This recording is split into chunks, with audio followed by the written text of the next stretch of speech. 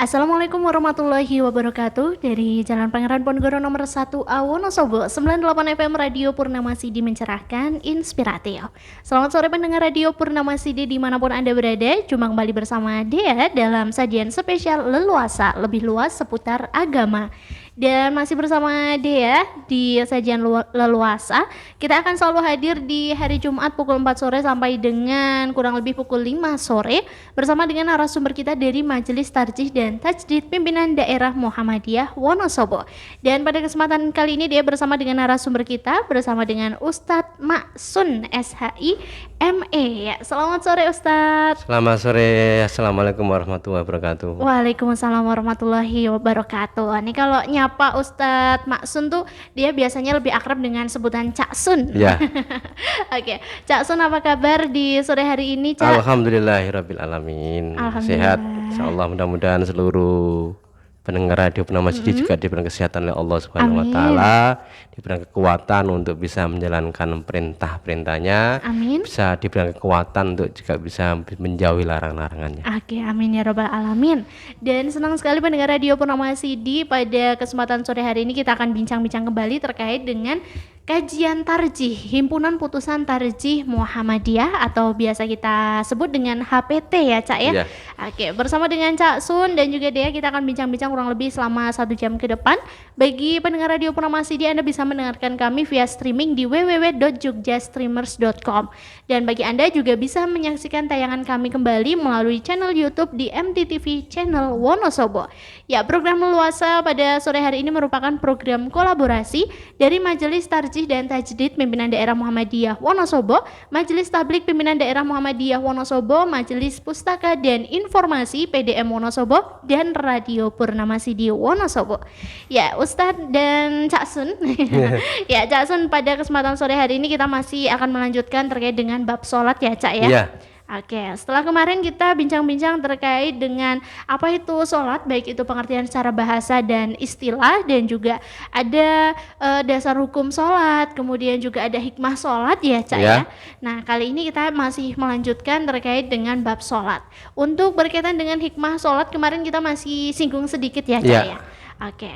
Dan pada kesempatan kali ini langsung aja kita bincang-bincang terkait dengan bab sholat. Untuk berkaitan dengan apa saja sih, Cak, hikmah sholat melanjutkan pertemuan yang kemarin. Baik. Bismillahirrahmanirrahim. Assalamualaikum warahmatullahi wabarakatuh. Waalaikumsalam warahmatullahi wabarakatuh. Innal hamdalillah nahmaduhu wa nasta'inuhu wa nastaghfiruh wa na'udzu billahi min shururi anfusina wa min sayyiati a'malina. May yahdihillahu fala mudhillalah wa may yudlilhu fala hadiyalah. Asyhadu an la ilaha illallah wa asyhadu anna Muhammadar Rasulullah. Allahumma shalli wa sallim wa barik ala nabiyyina Muhammadin wa ala alihi wa ashabi ajmain, amma ba'd. Pendengar Radio Purnama Sidi yang dirahmati Allah, seluruh warga Muhammadiyah, simpatisan Muhammadiyah, dan seluruh warga masyarakat Wonosobo yang dirahmati Allah. Alhamdulillah, kita akan melanjutkan kembali pembahasan kita, masih membahas tentang persoalan sholat. Kita melanjutkan hikmatus sholat ya. Sebagaimana pertemuan minggu yang lalu, Jumat yang lalu, kita membahas tentang hikmah sholat itu. Baru satu yang kita bahas, bahwa hikmah sholat itu bisa mencegah perbuatan keji dan mungkar. Ya, di dalam surat Al-Ankabut ayat 45, Inna sholata tanha anil fahsya'i wal munkar. Sesungguhnya sholat itu dapat mencegah perbuatan keji dan mungkar. Nah, secara operasional seperti apa sholat kok bisa mencegah perbuatan keji dan mungkar? Ini berkait dengan hadis Nabi ya, bahwa sholat itu sebagai parameter amal. Kalau sholatnya baik, maka seluruh amal itu akan baik. Kalau sholatnya itu rusak, seluruh amal itu juga akan rusak. Nah, secara operasional sederhana. Kalau kita ini misalnya habis melaksanakan sholat duhur misalnya, dari duhur ke asar itu kira-kira 3 jam. Ya, kalau gerakan sholatnya kan hanya 5 menit ya, Mbak Dia, gerakan sholatnya. Iya. Ya kan, 10 menit lah sekalian dengan sholat sunnahnya. Sunnah, baik. Ya kan. Nah, dari salat asar sampai duhur itu, salat maghrib dari sholat duhur sampai sholat asar itu kira-kira 3 jaman. Setelah kita sholat, apakah kita mampu menahan perbuatan keji dan mungkar? Kalau kita sudah bisa selama 3 jam itu tidak berbuat faksa dan mungkar, berarti kita sudah melaksanakan ibadah sholat duhur, ya kan? Dan seterusnya, sehingga sholat kita itu bukan hanya 1 jam 5 kali sholat itu, bisa 24 jam.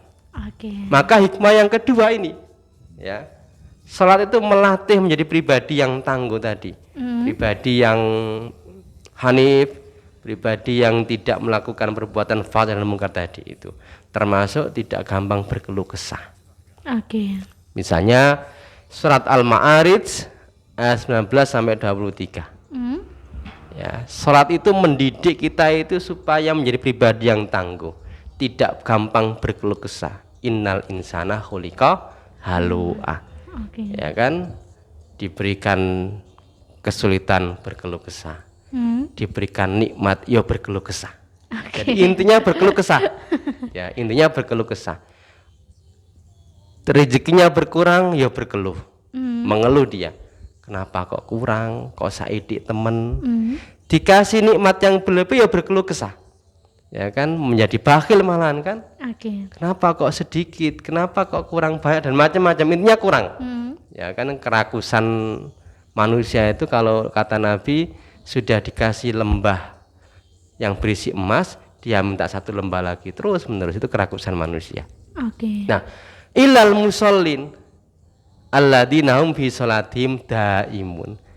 Jadi orang yang tidak berkeluh kesah, ya, onoe mengeluh dan mengeluh, ya, orang ngeluh kan sirah ya, mengeluh dan mengeluh, itu hanya orang-orang yang sholat. Ilal musallin, ada yang menafsirkan hanya orang-orang yang beriman saja. Ya, orang beriman itu nggak akan berkeluh kesah. Kenapa? Karena semua peristiwa yang hadir itu dia yakini itu dari Allah Subhanahu wa taala dengan satu tujuan, liyabluwakum ayyukum ahsanu amala, untuk menguji apakah kita ini masih berbuat baik atau tidak, untuk menguji kita ini masih beribadah kepada Allah atau tidak. Tujuannya hanya itu. Maka orang mukmin menyikapi setiap sesuatu yang hadir, senang atau susah itu ya dia serahkan kepada Allah, ya, dengan bersabar dan bersyukur, kira-kira gitu. Nah, kembali lagi surat Al-Ma'arij tadi itu, ilal musallin, ya, orang yang tidak berkeluh kesah, orang yang mengeluh terus, ya, kurang dan kurang, ilal musallin, kecuali mau sholat. Seperti apa? Alladzina hum fi sholatihim daimun, yaitu orang-orang sing sholati daim. Mendawamkan sholat itu artinya apa? Kalau tadi saya sampaikan bahwa sholat kita itu nih diakumulasi sehari semalam itu 5 waktu itu kira-kira kan 1 jam. Ya, itu tentunya nggak berdampak. Nah, sholat yang berdampak itu berapa? 24 jam. Maka selagi kita habis sholat duhur sampai datangnya sholat asar, itu hakikatnya kita itu masih melaksanakan sholat duhur, ya kan, sampai datangnya sholat asar. Nah, selama sholat duhur itu apakah kita mampu untuk tidak berbuat faksa dan mungkar? Apakah kita mampu untuk tidak berkeluh kesah terhadap nikmat rezeki yang Allah berikan kepada kita? Nah, itu berarti kita sudah menjadi pribadi yang tangguh. Nah, itu yang disebut dengan sholat dawam, mendawamkan. Berarti kan tidak hanya 1 jam sehari 5 kali itu, 5 waktu dalam 1 hari semalam itu. Ya, itu cuma 1 jam, tetapi sholat kita menjadi 24 jam. Karena apa? Alladzina hum fi sholatihim daimun. Wong sing sholat yang sholatnya itu daim, terus menerus sholat. Nah, itu hakikat seperti itu. Nah, sholat itu yang kemudian yang demikian inilah yang bisa menjadikan kita ini pribadi-pribadi yang tangguh, nggak gampang berkeluh kesah, nggak gampang mengeluh, ya, apapun peristiwa yang hadir, ia menyikapi dengan bersyukur dan bersabar. Ketika mendapatkan kesusahan, dia bersabar dengan mengikhtiari agar gimana caranya kesusahan itu bisa hilang. Kalau dia bersyukur, kalau dia mendapatkan nikmat dia bersyukur, dia gunakan nikmat itu sebagai tujuan penciptaan kita. Untuk apa? Untuk beribadah. Kalau kita dikasih harta, ya gunakan sebagai zakat kalau sudah waktunya nisab. Kalau belum nisab, kita infak atau sedekah. Kira-kira gitu. Ya, jadi sholat itu, hikmah sholat yang kedua adalah apa? Melatih kita menjadi pribadi yang tangguh. Tentunya kan tidak segala gerakan sholat. Ya kan, kalau kita ini masih berkeluh kesah, berarti sholat kita tidak berdampak. Tapi ya tetap harus sholat, kira-kira gitu. Ya, tetap harus sholat. Kenapa? Karena sholat itu satu kewajiban. Ya, jadi tetap baik. Ya, tetap baik. Ya, tetap baik. Ya, walaupun toh kemudian kita maksiat lagi, sholat lagi, njaluk ngapura, ya nggak apa-apa. Ya kan Allah itu kan Maha Pengampun. Ya kan, tadi karena memang kita ini susah untuk hakot-koti itu, sehingga kadang maksiat ya kadang taat ya kadang maksiat, kira-kira gitu. Maka ketika kita sadar, kemudian kita jerit kepada Allah, kemudian kita mohon ampunan kepada Allah Subhanahu wa taala. Ya, ini yang kedua, hikmah sholat itu adalah melatih kita menjadi pribadi yang tangguh, pribadi yang kokoh, pribadi yang kuat. Kemudian yang ketiga, hikmah sholat itu apa? Melatih kita itu menjadi pribadi yang disiplin. Ya kan? Disiplin. Jadi waktunya sholat, duhur, adzan ya sudah sholat. Di awali waktiha. Disiplin kita. Ya. Termasuk berbaris. Ya kan? Shopnya harus lurus. Bagian dari pendidikan disiplin. Kalau dalam baris kan harus begitu kan? Betul. Ya kan? Disiplin. Umat kita ini disiplinnya itu hanya pas ketika berbuka puasa. Selalu tepat waktu. Coba gitu kalau misalnya seluruh aktivitas kita itu sebagaimana ketika kita berbuka puasa, peradaban ini insya Allah bisa kita genggam. Ya kan? Jadi disiplinnya kita itu hanya pas puasa saja, pas waktu berbuka. Coba kalau berbuka puasa itu kita wujudkan dalam bentuk-bentuk aktivitas yang lain. Ya, ini luar biasa ini. Makanya Yai Ahmad Dahlan ini agak sedikit melebar ini, Mbak. Saya kemutan. Yai Ahmad Dahlan itu, beliau itu tidak hanya terinspirasi surat Al-Maun saja, tetapi juga terinspirasi surat Al-Asr. Maka di dalam 17 kelompok ayat di dalam Al-Quran yang beliau ajarkan kepada muridnya, di antara 17 ayat itu ada di dalam surat Al-Asr. Bahkan Mbak Yai Ahmad Dahlan itu lebih lama mengajarkan surat Al-Asr daripada Al-Maun. Jadi kalau Al-Maun itu hanya 3 bulan, surat Al-Asr 7 bulan. Wah, 2 kali lipatnya lebih. Iya, itu menunjukkan ini satu hal yang penting. Kenapa? Dimulai dari waktu. Ya, kita ini kadang undangan jam 09.00 teko jam setengah 10, teko jam 10 misalnya gitu ya. Mbak Yai Ahmad Dahlan itu kenapa sampai 7 bulan? Karena ini perkara yang penting. Ya. Jadi ada pesan yang saya lupa pesan, tapi ada pesan tentang bagaimana kita mampu memanfaatkan waktu itu. Ya, baik di dunia maupun untuk kebetulan akhirat itu. Jadi Mbak Yai Ahmad Dahlan itu begitu concernnya, pentingnya tentang waktu itu, sampai mulang surat Al-Asr itu 7 bulan. Bosen nggak misalnya ketika kita jadi murid? Wal asri, wal asri, wal asri. Tapi ketika ditanya, kamu datang tadi jam berapa? Biasanya jam berapa? Ya, ya kan? Ini persoalan-persoalan yang lain. Maka salat itu mati disiplin kita. Ya, disiplin. Ya, waktunya sholat, adzan dimulai, ya, di awali waktu ya kita datang. Ya, coba misalnya kalau umat Islam ini disiplin di dalam pelaksanaan ibadah sholat, ya, dan itu terwujud di dalam seluruh aktivitas amal dia, ya, maka insya Allah peradaban ini bisa kita genggam. Ya, sebagaimana kita bisa mewujudkan ibrah dari kita berbuka itu kan harus mensegerakan kan gitu ya. Dan itu pasti tertib. Nggak mungkin mengakhirkan, nggak mungkin kan mengakhirkan berbuka itu, sekalipun hanya minum saja kan. Tapi kan pasti ketika adzan, begitu adzan langsung buka. Bahkan urung adzan dulu. Ya, kalau udah masuk saja misalnya kita buat imsakiyah itu misalnya gitu kan. Oh ini jam 17 45. Oke. Ya sudah langsung dia minum, tertib dia, Oke. disiplinnya. Coba kalau itu diwujudkan di dalam hal-hal yang lainnya, wah itu luar biasa. Nah, di antara hikmah sholat itu adalah apa? Melatih pribadi kita menjadi disiplin, Oke. ya, tertib gitu ya. Hmm. Kemudian hikmah yang lain, ini nanti kalau mau tanya langsung aja ya Mbak Oke, Dia ya. Jadi siap. jangan nunggu saya nanti. Kalau saya terus yang ngomong nanti. Jadi kalau misalnya mau disela nggak apa-apa. Boleh. Ya, jadi ini yang ketiga. Yang keempat, hikmahnya adalah apa? Salat itu meninggikan derajat seorang. Hmm. Jadi kalau orang itu menyempurnakan wudhunya, isbagul wudhu, dia membaguskan wudhunya dari rumah itu. Lalu kemudian dia pergi ke masjid. Maka langkah pertama itu menghapuskan kesalahan, langkah kedua meninggikan derajat. Oke, Masya Allah. Ya, maka itu pentingnya untuk sholat jamaah itu, ya, pentingnya sholat jamaah itu. Jadi meninggikan derajat seseorang itu, sekaligus menghapus kesalahannya. Maka ada ibadah yang bisa menghapus, ya misalnya sholat dengan sholat itu berarti menghapus kesalahannya. Ada yang sifatnya mingguan, Jumat dengan Jumat itu berarti mingguan. Ada tahunan, Ramadan dengan Ramadan, kan gitu ya. Ada riwayat itu kan. Nah, sholat itu bisa menghapus kesalahan. Bahkan langkah kita itu, ya, tadi saya katakan langkah kita yang pertama itu menghapus kesalahan kita. Itu kalau kita menuju ke sholat loh ya, ya kan, dalam rangka mau sholat jamaah di masjid. Maka dari rumah kita sudah membaguskan sholat wudhu kita, isbagul wudhu.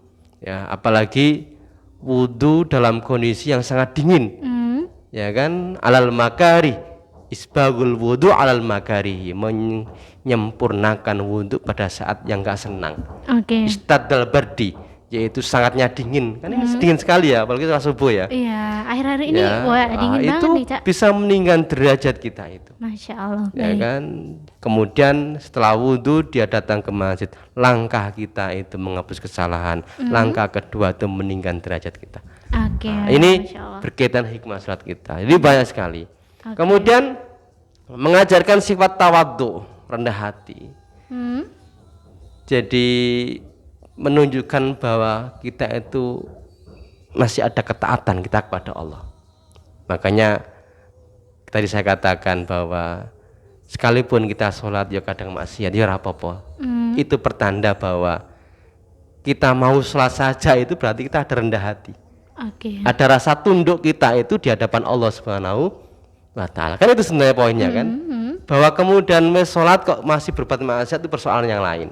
Gitu ya. Tapi bahwa kita mau sholat saja itu menandakan bahwa kita itu harus rasa tunduknya kita di hadapan Allah Subhanahu wa Ta'ala. Bisa gelem melaksanakan perintah Allah Subhanahu wa Ta'ala. Itu ada rendah hatinya. Dan posisi yang paling rendah kita, ya, itu kan posisi ketika kita sujud. Nggak ada orang itu yang mau meletakkan kepala itu sampai serendah itu. Wong dipegang saja, dijendul gitu aja kan marah. Iya, tersinggung biasanya. Tersinggung gitu kan itu ya, itu bisa marah. Tetapi justru ketika Allah merintahkan sholat dan kita sujud, itu posisi yang paling rendah kita. Ya, meletakkan kepala di tanah di mana tanah itu kita injak-injak. Dan kita welcome saja. Ya, nggak ada masalah. Kemudian ngopo kok sujud segala? Enggak seperti itu menunjukkan kita itu masih tunduk kepada Allah, ada rasa rendah hati. Coba kalau kita ada rasa takaburnya, enggak maulah. Oh gimana wong Allah itu yang berat takabur itu hanya Allah kan gitu ya. Ya kita ini enggak punya hak apa-apa kecuali sami'na wa ata'na. Kami mendengarkan dan kami mentaati. Jadi mengajarkan tawadhu. Maka kan posisi yang paling dekat antara hamba dengan Khalik itu adalah posisi sujud. Fa'aksirud du'a, kata Nabi, maka perbanyaklah doa. Ya, kemudian yang terakhir di antara hikmah sholat itu apa?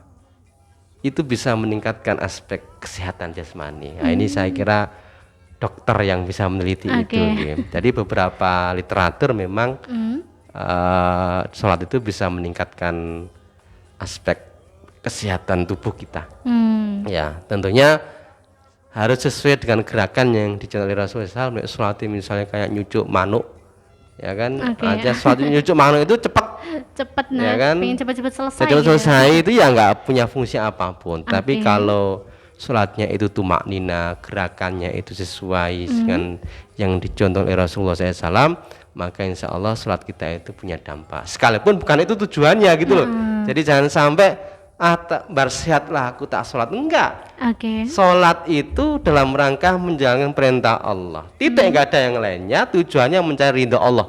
Baik. Bahwa kemudian ketika kita sholat tambah sehat jasmani kita itu efek samping. Jadi jangan dibolak-balik mana goya dan mana wasilah, itu jadi sirik kita nanti itu. Ini ya, jadi harus bisa menempatkan mana yang disebut dengan goyah, tujuan kita beribadah itu apa, dan wasilahnya itu seperti apa. Oke. Nah, kira-kira gitu Mbak Dia. Jadi ada berapa tadi? 6 hikmah atau 7 hikmah tentang sholat itu sendiri. Kira-kira gitu Mbak Dia. Baik Cak Sun ya, Masya Allah nih ternyata banyak sekali hikmah yang bisa kita dapatkan dari gerakan sholat ya Cak ya, tidak hanya gerakannya saja tapi juga esensi dari sholat itu ya Cak ya. Oke, ya Cak Sun tadi ngomongin tentang gerakan sholat ya Cak ya, ini memang agak sensitif ya, tapi nggak apa-apa ya ditanyain ke Majelis Tarjih dan Tajdid Pimpinan Daerah Muhammadiyah Wonosobo. Cak, kenapa sih kalau kita lihat orang gitu ya, misalnya kita lagi sholat jamaah kok ada beberapa gerakan sholatnya tuh yang berbeda gitu Cak. Ya baik kadang saat takbiratul ikram gitu ya Cak ya, ada yang sampai tinggi banget gitu kan, kadang ada yang cukup di dada, bahkan sedikit banget kayak gitu kan. Ada juga yang sempat lebar banget kayak gitu. Itu masih satu contoh Cak. Kalau ada lagi yang kalau mau sujud tuh kaki dulu atau tangan dulu kayak gitu juga ya Cak ya. Nah itu kenapa sih Cak kok bisa berbeda-beda ketika dalam gerakan sholat, padahal kan tuntunan kita satu Rasulullah gitu ya Cak. Jadi kita mendapati memang termasuk pilar Muhammadiyah kan ada punya 5 pilar itu ya. 5 pilar di dalam Muhammadiyah itu. Jelas yang pertama adalah tauhid. Yang kedua bersumber dari Al-Quran dan Al-Hadis. Ya. Tetapi kenapa di dalam perbuatannya kok, dalam bentuk aplikasinya kok bisa berbeda-beda? Padahal sumbernya dari satu orang. Nah ini yang harus kita pahami saudara sekalian. Memang kita akan menemukan di dalam ibadah praktek sholat itu ada istilah tanawu. Ya, tanawu itu variasi di dalam sholat. Ada variasi itu yang memang sebenarnya tidak bertentangan, hanya ada beberapa riwayat di mana Nabi itu ada sahabat yang melihat misalnya ketika takbiratul ihram, raf'ul yadaini, mengangkat 2 tangan, ada yang melihat Nabi itu ketika mengangkat 2 tangan hanya khatwa mankibai, hanya sejajar dengan pundak. Ada riwayat yang lain yang kemudian mengatakan bahwa Nabi itu melaksanakan ibadah sholat ketika mengangkat 2 tangan sejajar dengan daun telinganya. Ya ini ada beberapa riwayat itu dan semuanya riwayat itu sahih. Nah maka Majelis Tarjih itu dalam menyikapi hal-hal yang demikian itu, dalam menyikapi adanya tanawu fil ibadah, ada variasi, ya ada keragaman, ada pluralitas di dalam ibadah itu. Ya, sekalipun memang sumbernya satu, tetapi cara menjalankannya itu bisa bervariasi. Ya, terkadang-kadang misalnya mazhabnya berbeda, yang Hanafi, Maliki seperti ini, Syafi'i seperti ini. Nah, ketika adanya beberapa riwayat yang berbeda-beda itu, maka Majelis Tarjih itu bagaimana menyikapinya ketika ada ta'arud al-adillah, ada dalil yang saling bertentangan bahkan berbeda-beda, itu seperti apa? Ya, maka yang pertama dilakukan adalah apa? Al-jam'u wa taufiq, menerima semua dalil yang ada itu walaupun zahirnya ada pertentangannya, sedangkan pada tataran pelaksanaan diberi kebebasan untuk memilih. Ya, jadi misalnya tadi ada sahabat, ini kita belum masuk ke sana ini, Mbak Dia ini, kita baru menyikapi ada beberapa hal kaitan dengan itu. Jadi tadi tentang raf'ul yada ini, ada riwayat tentang mengangkat 2 tangan itu sejajar dengan pundak. Ya. Ada riwayat yang mengatakan raf'ul yadaini itu sejajar dengan daun telinganya. Ini ibu jari ini sejajar dengan telinganya. Oke. Gitu ya. Riwayat-riwayat itu sahih semuanya. Oke. Lah bagaimana? Tarjih mengambil satu sikap al-jam'u wat taufik. Mengumpulkan, menerima ya dalil-dalil yang sahih itu, kemudian apa? Diberikan kebebasan untuk memilihnya. Oke. Jadi bisa saja ada yang takbir ketika raf'ul yada ini mengadu tangan hanya sebatas sampai khatwaman kibahi sejajar dengan pundaknya. Oke. Ya, ada yang takbir raf'ul yada ini sejajar dengan daun telinganya. Jadi yang sejajar itu ininya, ibu jarinya. Ya. Nah, tarjih tidak menyebutkan dalil nek mengangkat dua tangan itu di atas kepala begini, enggak ada dasarnya. Baik. Ya kan, enggak ada dasarnya. Ya, jadi tarjih hanya memberikan satu dasar dua itu, ya, sejajar dengan pundak atau dengan daun telinganya. Oke. Nah, dalam konteks hal itu maka tarjih memberi kebebasan untuk memilihnya. Oke. Maka ada pernyataan dari Prof. Samsul Anwar. Prof. Samsul itu salah satu ketua pimpinan PP ya, yang membidangi tentang tarjih itu mengatakan begini. Kebolehan ada lebih dari satu cara dalam menjalankan ibadah tertentu ini bukanlah satu hal yang baru. Jadi ada beberapa variasi tanawu itu bukan hal yang baru. Melainkan sudah ada dalam fikih itu sendiri. Ya. Sudah ada dalam fikih. Namanya fikih itu jangan berharap tunggal, Mbak Dea. Namanya fikih itu mesti ada perbedaan. Oke. Ya. Jadi kalau bicara fikih kok seragam itu enggak ada. Fikih itu mesti perbedaan. Maka muncul ada 4 mazhab itu dan mazhab-mazhab lainnya. Nah, adanya keragaman misalnya ya dalam doa iftitah. Baik. Doa iftitah itu kan ada banyak beragam anasing Allahumma ba'id baini wa baina khotoyaya wajadu wajia Allahu akbar kabiro dan macam-macamnya itu. Itu ada variasi dan semuanya sahih. Loh, bagaimana menyikapinya? Kembali kepada metode tadi al-jam'u wat taufik. Ya, dikumpulkan, ditelaah, karena dianggap sama-sama sahihnya, maka diberikan pilihan untuk memilih melaksanakan di antara bacaan doa iftitah tadi. Ya.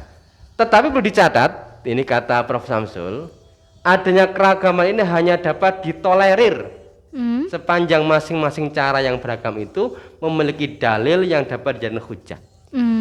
Ya. Jadi tanawu itu ada tanawu fil bacaannya, ya, fil qiraannya. Ada tanawu fil af'alnya. Bacanya berbeda-beda, misalnya tadi tentang doa iftitah. Baik. Ya kan, ini bukan perkara bahwa kemudian nek NU gini, nek Muhammadiyah gini, nggak kayak gitu kan. Masyarakat kan kadang dibuat kayak gitu. Nek baca basmalahnya itu, ini kita belum sampai bahas itu ya, Mbak ya. Nek baca basmalahnya itu disirkan itu Muhammadiyah, nek jari itu NU, enggak kayak gitu. Ilmunya enggak kayak gitu. Nanti akan saya terangkan. Ya kan, perkara tentang baca basmalahnya saja itu. Ya, dan bagaimana Muhammadiyah khususnya tarjih menyikapi itu. Jadi kalau adanya variasi dalam bacaan, ya, dalam hadis-hadisnya bisa dijadikan hujjah, sahih hukumnya. Ya, secara hadisnya sahih, ya. Maka tarjih memilih untuk memberikan kebebasan. Silakan memilih salah satunya. Yang pakai Allahumma ba'id ya silakan. Yang wajadu wajhiya lilladzi fatarus samawati wal ard silakan. Itu panjang itu, Pak. Kalau yang itu. Atau Allahu akbar kabira itu panjang. Ya, jadi kembali lagi, masing-masing cara yang beragam itu memiliki dalil yang dapat dijadikan hujjah.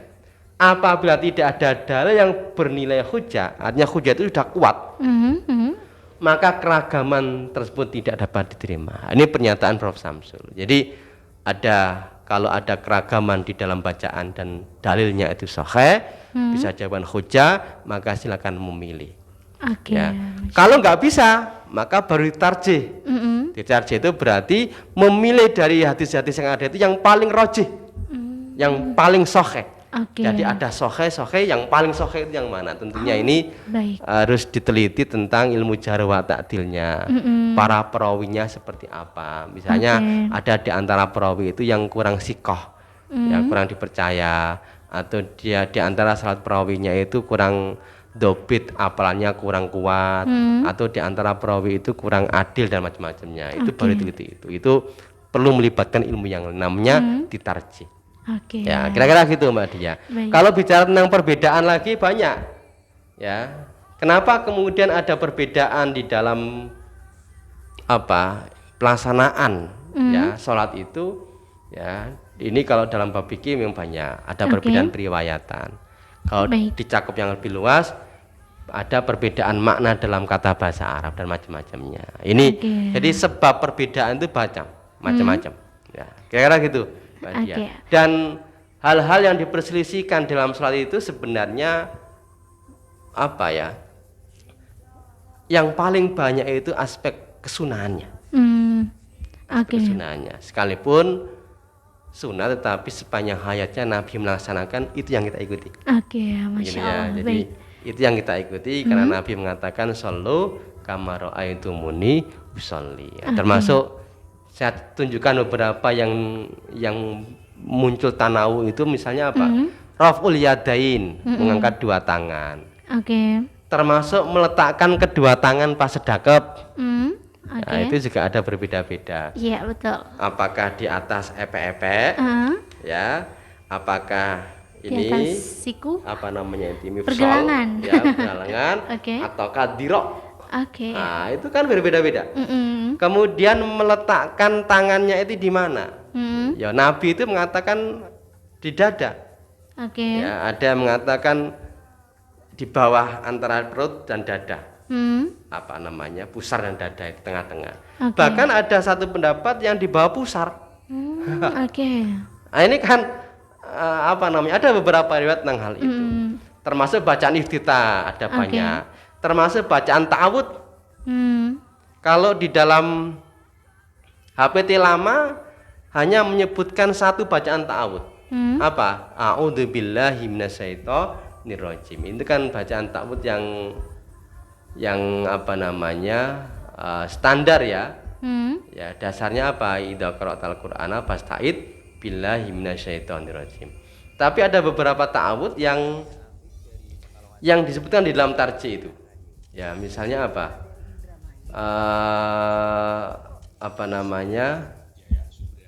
A'udzu billahi samil alim minasyaitonirrajim. Ya. Itu di dalam HPT jilid 3 disebutkan. Kalau di HPT pertama hanya a'udzu billahi minasyaitonirrajim. Kalau dalam HPT jilid 3 ada 3 variasi. Ya. A'udzu billahi samil alim minasyaitonirrajim. Yang ketiga a'udzu billahi samil alim minasyaitonirrajim min hamzihi wa nabkhihi wa nafsihi.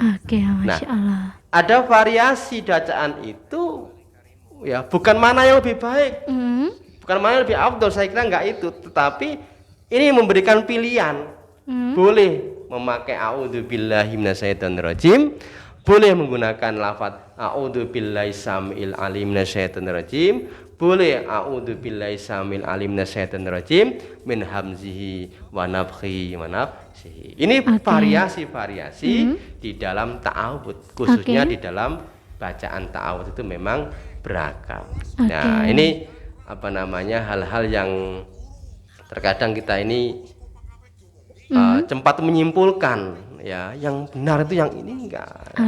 Ya, ini pentingnya mengapa kemudian tadi di awal saya katakan termasuk pertemuan kemarin perlunya mengilmui sesuatu yang secara rutin kita kerjakan, termasuk dalam bab sholat itu.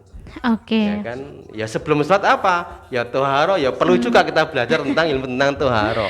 Masya Allah. Kemudian ada bacaan Fatihah misalnya, ya khususnya Bismillah. Apakah dibaca jar apa sir? Ya kan. Ini bukan perkara nek jahar iku NU, nek sir itu Muhammadiyah, bukan itu. Ya, ini orang duwe ilmune kan akhirnya disimpulkan begitu. Enggak bisa kayak gitu, ilmunya enggak kayak gitu. Dulu belum ada NU Muhammadiyah. Ya, tapi bagaimana HPT ya atau ulama-ulama tarjih memahami tentang bacaan basmalah ini.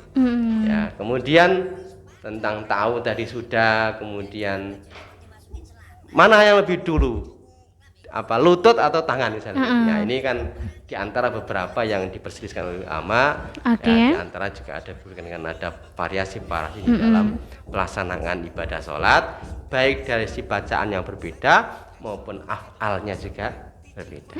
Kira-kira gitu Mbak Dia. Masya Allah Cak Sun, tak terasa kita sudah hampir 1 jam bincang-bincang kita pada pertemuan kali ini.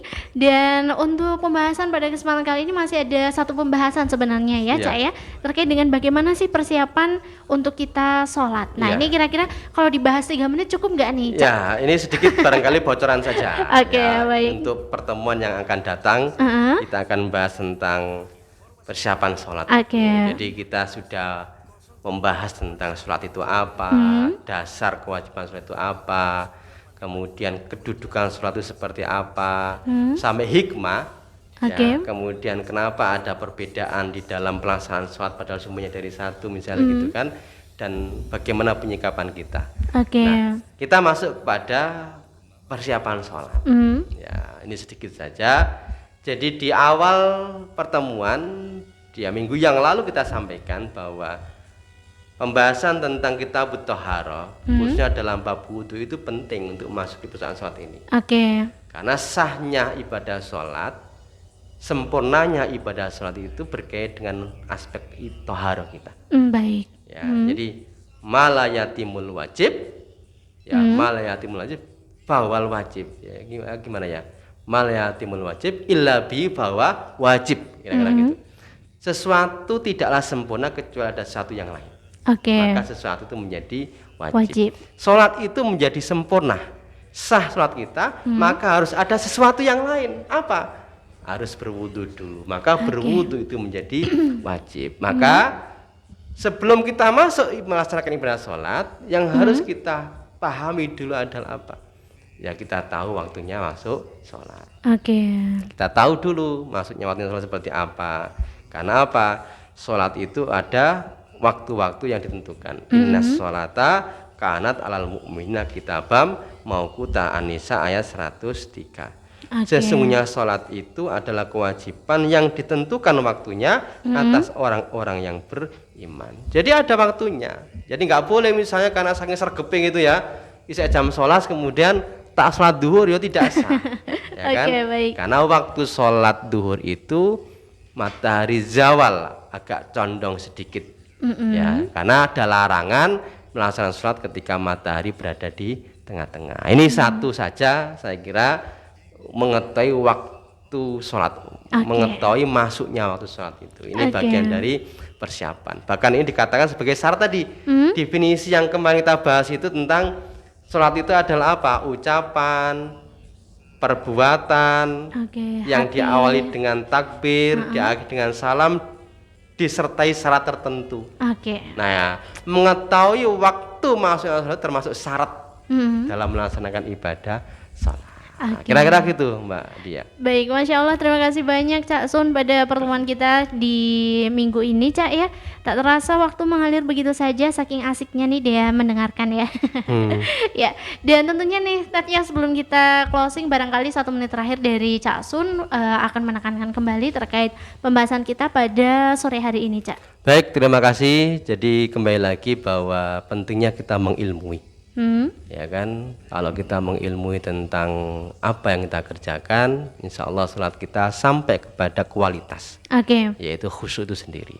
Yang kedua, tentunya kita akan mendapati di dalam ibadah sholat kita itu tanawu fil ibadah. Ada berbagai macam variasi, ya baik dalam bacaan maupun dalam gerakan.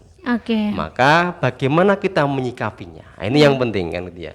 Tidak kemudian punya klaim bahwa itu salah dan kita benar, biar jadi kita mengatakan mereka salah karena kita belum punya ilmunya.